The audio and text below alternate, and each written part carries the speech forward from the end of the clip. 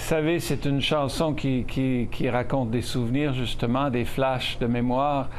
Il n'y a pas un ordre précis. C'est certain que j'ai mis ça dans le temps parce que j'ai commencé quand j'étais petit, quand je servais la messe et que j'ai découvert la vie, comme je dis dans la présentation, quand j'ai plongé dans cette chose étrange que nous sommes. Et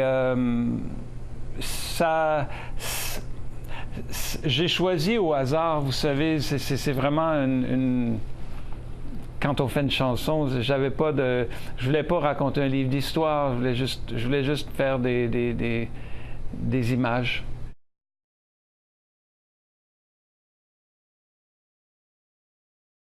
Mes frères qui ont entendu la chanson se sont reconnus dans la chanson aussi parce qu'ils ont servi la messe comme moi. Mais c'est mes souvenirs d'enfance qui reviennent surtout avec les nostalgies d'enfance qui sont là. Et c'est certain que la plaine en fait partie puisque c'était pendant que j'étais sur la plaine.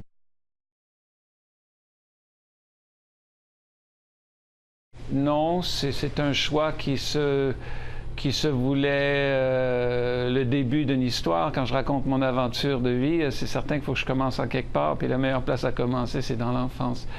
Je ne crois pas qu'il y ait d'hommage particulier, mais certainement, je parle des gens que j'ai connus, que j'ai fréquentés, qui ont alimenté mon imaginaire aussi à cette époque-là et qui ont fait que je suis ce que je suis, surtout et avant tout, je crois.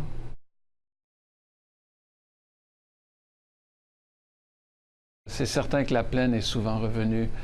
La plaine est souvent revenue dans mes chansons, mais ce qui est surtout revenu dans mes chansons, c'est effectivement la vie de minoritaire dans un pays anglophone.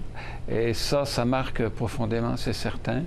Ça revient un petit peu, pas toujours de façon évidente, mais dans tout ce que j'ai fait.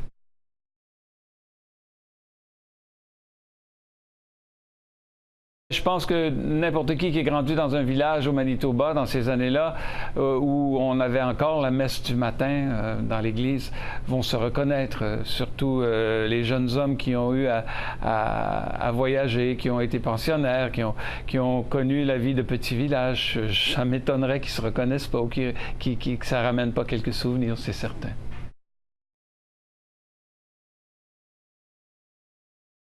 J'ai pas de souvenirs particulièrement à savoir qu'il y en ait un qui gagne le palmarès des souvenirs, là, mais j'ai certainement une grande, comment je dirais, nostalgie de cette vie de tranquillité et de paix et de grands espaces que j'ai connus quand j'étais petit garçon dans un village où il n'y avait pas cette frénésie qu'on connaît maintenant, où j'en parle d'ailleurs dans une des chansons de l'album Too Many.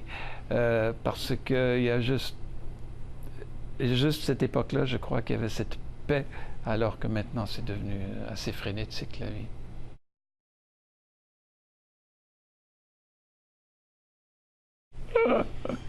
C'est une métaphore. Une métaphore, une patate sauvage, une patate qui pousse dans un champ, une patate. C'est une image que mon grand-père aurait pu me donner. On va aller chasser les patates sauvages. Parce que moi, je savais pas où ça poussait les patates quand j'étais petit. Puis un jour, mon grand-père me dit, on va aller en trouver.